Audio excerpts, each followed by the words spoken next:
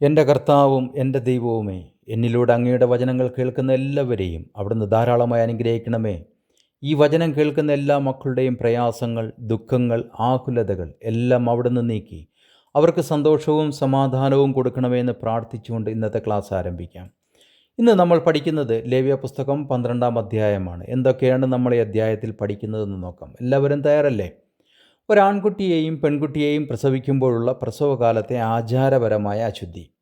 രണ്ടാമതായി നമ്മൾ കാണുന്നത് സ്ത്രീ പ്രസവശേഷം ശുദ്ധീകരണത്തിനുള്ള ശുദ്ധീകരണ ചടങ്ങ്.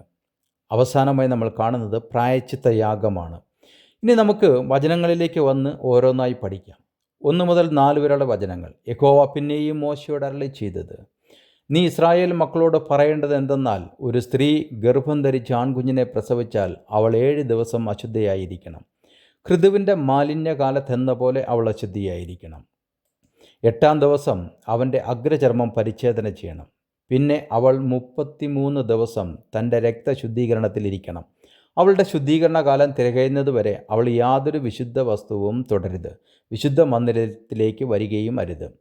ആൺകുഞ്ഞിൻ്റെ പ്രസവശേഷം സ്ത്രീ 33 ദിവസം തൻ്റെ ശുദ്ധീകരണത്തിൽ ഇരിക്കേണ്ടതാണ്, ആകെ 40 ദിവസം. പാരമ്പര്യമായി ഇസ്രായേൽ സമൂഹത്തിൽ ശുദ്ധിയും അശുദ്ധിയും വിശ്വാസപരമായ ഉദ്ദേശങ്ങൾക്കായി ഉപയോഗിച്ചിരുന്നതാണ്. പ്രസവത്തോടെ സ്ത്രീയുടെ ദേഹത്തുള്ള മാറ്റങ്ങൾ അശുദ്ധമായി കണക്കാക്കപ്പെട്ടിരുന്നു. ഗർഭധാരണവും പ്രസവവും ഒരു വലിയ ശാരീരിക പ്രക്രിയയാണ്. ഇത് സ്ത്രീയുടെ ശരീരത്തിൽ വലിയൊരു മാറ്റമുണ്ടാക്കുന്നു. വൈവിധ്യമാർന്ന രാസമാറ്റങ്ങളും ഹോർമോണൽ മാറ്റങ്ങളും ഉണ്ടാക്കുന്നു. ഇത് കാരണം ആരോഗ്യത്തിന് ആവശ്യമായ പരിചരണവും വിശ്രമവും ആവശ്യപ്പെടുന്നു. അത് മറികടക്കുന്നതിനായി 7 ദിവസം വിശ്രമവും ശുദ്ധതയും ആവശ്യമാണ്. ഇനി ശാസ്ത്രീയപരമായി നമുക്കൊന്ന് അനലൈസ് ചെയ്താലോ? പ്രസവം ഒരു ഗഹനമായ ശാരീരിക, ഹോർമോൺ, മാനസിക മാറ്റങ്ങൾ ഉണ്ടാക്കുന്ന പ്രക്രിയയാണ്. ഈ മാറ്റങ്ങൾ ശരീരത്തിൻ്റെ പ്രയാസകരമായ സമയമാണെന്ന് പറയാം. പ്രസവ പ്രക്രിയയിലൂടെ ഉണ്ടാകുന്ന ശാരീരിക മാറ്റങ്ങൾ സംബന്ധിച്ച് സ്ത്രീയുടെ ദേഹത്ത് ഉണ്ടാകുന്ന വലിയൊരു ശാരീരിക, ഹോർമോണൽ പോസിറ്റീവ്, നെഗറ്റീവ് പ്രഭാവങ്ങൾ ഉണ്ടാകുന്നു. പ്രസവശേഷം ഗർഭാശയത്തിൽ നിന്നുള്ള രക്തസ്രാവം വ്യത്യസ്തമാണ്. ഇത് ശരീരത്തിന് ശുദ്ധീകരണത്തിനുള്ള സമയം ആവശ്യപ്പെടുന്നു. 33 ദിവസം കൊണ്ടുള്ള വ്യവസ്ഥ സ്ത്രീയുടെ ശരീരത്തിന് ആവശ്യമായ വിശ്രമം നൽകുന്നു. ഈ സമയത്ത് ഹോർമോണൽ മാറ്റങ്ങൾ സ്ഥിരതയുള്ളതും ശരീരത്തിലെ അസാധാരണ പ്രവർത്തനങ്ങൾ ക്രമീകരിക്കുന്നതിനുമായി ആവശ്യമാണ്. ഇതറിയുന്ന ദൈവം ഇതൊക്കെ എത്ര വ്യക്തമായിട്ടാണ് പറയുന്നതെന്ന് നോക്കുക. ബൈബിളിൽ സ്ത്രീയുടെ ശുദ്ധീകരണ കാലം ആധുനിക ശാരീരിക ശുദ്ധീകരണത്തിന് പുറമെ ഒരു ആത്മീയ വിശുദ്ധീകരണ കാലവുമായി കണക്കാക്കപ്പെടുന്നു. 5-ാമത്തെ വചനം.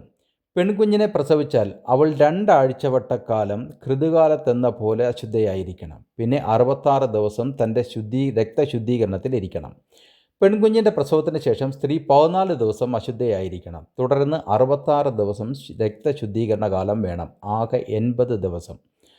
14 ദിവസത്തെ അശുദ്ധിയും 66 ദിവസത്തെ ശുദ്ധീകരണ കാലവും ആൺകുഞ്ഞിൻ്റെ പ്രസവവുമായി താരതമ്യം ചെയ്യുമ്പോൾ കൂടുതൽ ശാരീരിക പ്രവർത്തനങ്ങൾ ഗർഭാശയത്തിൻ്റെയും ശാരീരിക വ്യത്യാസത്തിൻ്റെയും സംബന്ധിച്ചൊരു ശാരീരികമായ വ്യത്യാസം ഉണ്ടാകുമെന്ന് ദൈവത്തിനറിയാം. അതുകൊണ്ടാണ് പെൺകുട്ടിയെ പ്രസവിക്കുമ്പോൾ അധിക ദിവസം ദൈവം ശുദ്ധീകരണത്തിനായി കൊടുത്തിരിക്കുന്നതെന്ന് മനസ്സിലാക്കാം.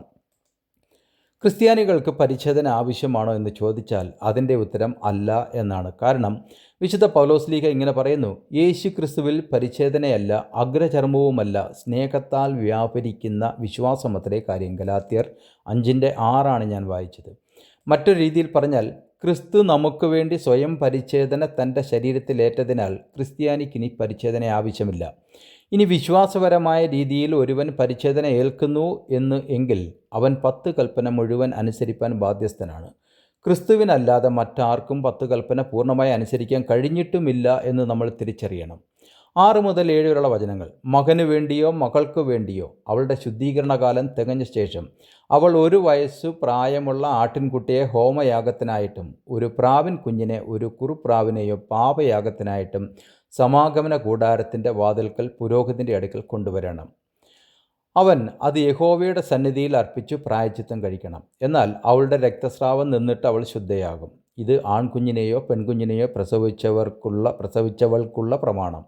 എന്താണ് ഇതിൻ്റെ കാരണമെന്ന് നോക്കാം. 1. ശുദ്ധീകരണത്തിൻ്റെ പ്രാധാന്യം. ഇവിടെ പറയുന്നത് സ്ത്രീയുടെ ശുദ്ധീകരണ കാലത്തെക്കുറിച്ചാണ്. ഒരു ഗർഭിണി പ്രസവിച്ചതിന് ശേഷം അവളുടെ ശുദ്ധീകരണത്തിനുള്ള ഒരു നിശ്ചിത കാലയളവ് ഉണ്ടായിരുന്നു. ആ കാലം കഴിഞ്ഞ ശേഷം സ്ത്രീ ഹോമയാഗത്തിനും പാപയാഗത്തിനും അറുകയാണ്.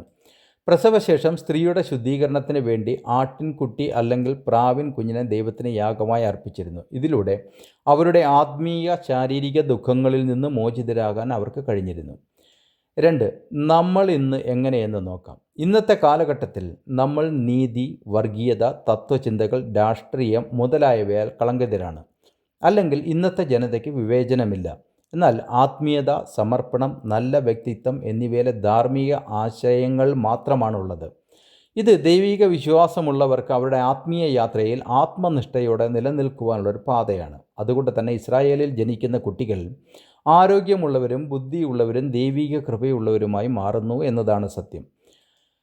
8-ാമത്തെ വചനം, ആട്ടിൻകുട്ടിക്ക് അവളുടെ പക്കൽ വകയില്ല എങ്കിൽ അവൾ 2 കുറുപ്രാവിനെയോ 2 പ്രാവിൻ കുഞ്ഞിനെയോ ഒന്നിനെ ഹോമയാഗത്തിനും മറ്റതിനെ പാപയാഗത്തിനുമായി കൊണ്ടുവരണം. പുരോഹിതൻ അവൾക്ക് വേണ്ടി പ്രായശ്ചിത്തം കഴിക്കണം, എന്നാൽ അവൾ ശുദ്ധയാകും.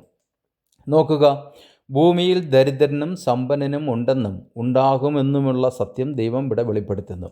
ഇന്ന് ക്രിസ്ത്യാനികൾക്ക് ഇതൊക്കെ എങ്ങനെയാണ് ബാധകമായിരിക്കുന്നത് എന്ന് നോക്കാം. ക്രിസ്ത്യാനികൾക്ക് ഇന്ന് ഇതുപോലുള്ള ശുദ്ധീകരണ ചട്ടങ്ങൾ നേരിട്ട് ബാധകമല്ല. ക്രിസ്തീയ വിശ്വാസത്തിൻ്റെ അടിസ്ഥാനത്തിൽ യേശുക്രിസ്തു നമുക്കായി വരിച്ച ക്രൂശിലെ യാഗം തന്നെയാണ് അതിന് കാരണം. നമ്മൾ കർത്താവിൻ്റെ കരുണയിലാണ് മുന്നോട്ട് പോകുന്നത്. നമ്മളെ ശുദ്ധി ചെയ്യുന്നത് ദൈവത്തിൻ്റെ വചനത്താലാണ്, അല്ലാതെ ആറ്റിലെയോ തോട്ടിലെയോ വെള്ളത്താലല്ല നമ്മൾ ശുദ്ധി ചെയ്യപ്പെടുന്നതെന്ന് തിരിച്ചറിയുക. ഭൂമിയിലെ ജലം നമ്മുടെ ശരീരത്തിലെ അഴുക്ക് മാത്രമേ കളയുകയുള്ളൂ. നമ്മുടെ ആത്മാവിനെ ശുദ്ധി ചെയ്യുന്നത് ദൈവിക വചനത്താലാണ്. വിശുദ്ധ പൗലോസ്ലീഹ പറഞ്ഞു, ന്യായപ്രമാണം വരുവാനുള്ള നന്മകളുടെ നിഴലല്ലാതെ കാര്യങ്ങളുടെ സാക്ഷാൽ സ്വരൂപമല്ലായ്ക കൊണ്ട് ആണ്ടുതോറും ഇടവിടാതെ കഴിച്ചു വരുന്ന അതേ യാഗങ്ങളാൽ അടുത്ത് വരുന്നവർക്ക് സൽഗുണപൂർത്തി വരുത്തുവാൻ ഒരു നാളും കഴിവുള്ളതല്ല. എബ്രായർ 10:1 ഞാൻ വായിച്ചത്. തുടർന്ന് വിശുദ്ധ പൗലോസ്ലീഹ പറഞ്ഞു, നാം യേശു ക്രിസ്തു ഒരിക്കലായി കഴിച്ച ശരീരയാഗത്താൽ വിശുദ്ധീകരിക്കപ്പെട്ടിരിക്കുന്നു. ഏത് പുരോഹിതനും ദിവസേന ശുശ്രൂഷിച്ചും പാപങ്ങളെ പരിഹരിപ്പാൻ ഒരു നാളും കഴിയാത്ത അതേ യാഗങ്ങളെ കൂടെ കൂടെ കഴിച്ചും കൊണ്ട് നിലനിൽക്കുന്നു. യേശുവോ പാപങ്ങൾക്ക് വേണ്ടി ഏകയാഗം കഴിച്ചിട്ട് എന്നേക്കും ദൈവത്തിൻ്റെ വലത്തുഭാഗത്തിരുന്നു കൊണ്ട് തൻ്റെ ശത്രുക്കൾ തൻ്റെ പാദപീഠമാക്കുവോളം കാത്തിരിക്കുന്നു. ഏകയാഗത്താൽ അവൻ വിശുദ്ധീകരിക്കപ്പെടുന്നവർക്ക് സദാകാലത്തേക്കും സൽഗുണപൂർത്തി വരുത്തിയിരിക്കുന്നു. അത് പരിശുദ്ധാത്മാവും നമുക്ക് സാക്ഷീകരിക്കുന്നു. എബ്രായർ 10:10-14 വരെയാണ് ഞാൻ വായിച്ചത്. അതിനാൽ പ്രസവശേഷം ഹോമയാഗം, പാപയാഗം എന്നിവ ക്രിസ്ത്യാനികൾക്ക് ആവശ്യമില്ല. സ്ത്രീയും പുരുഷനും ക്രിസ്തുവിൽ തുല്യരാണ്.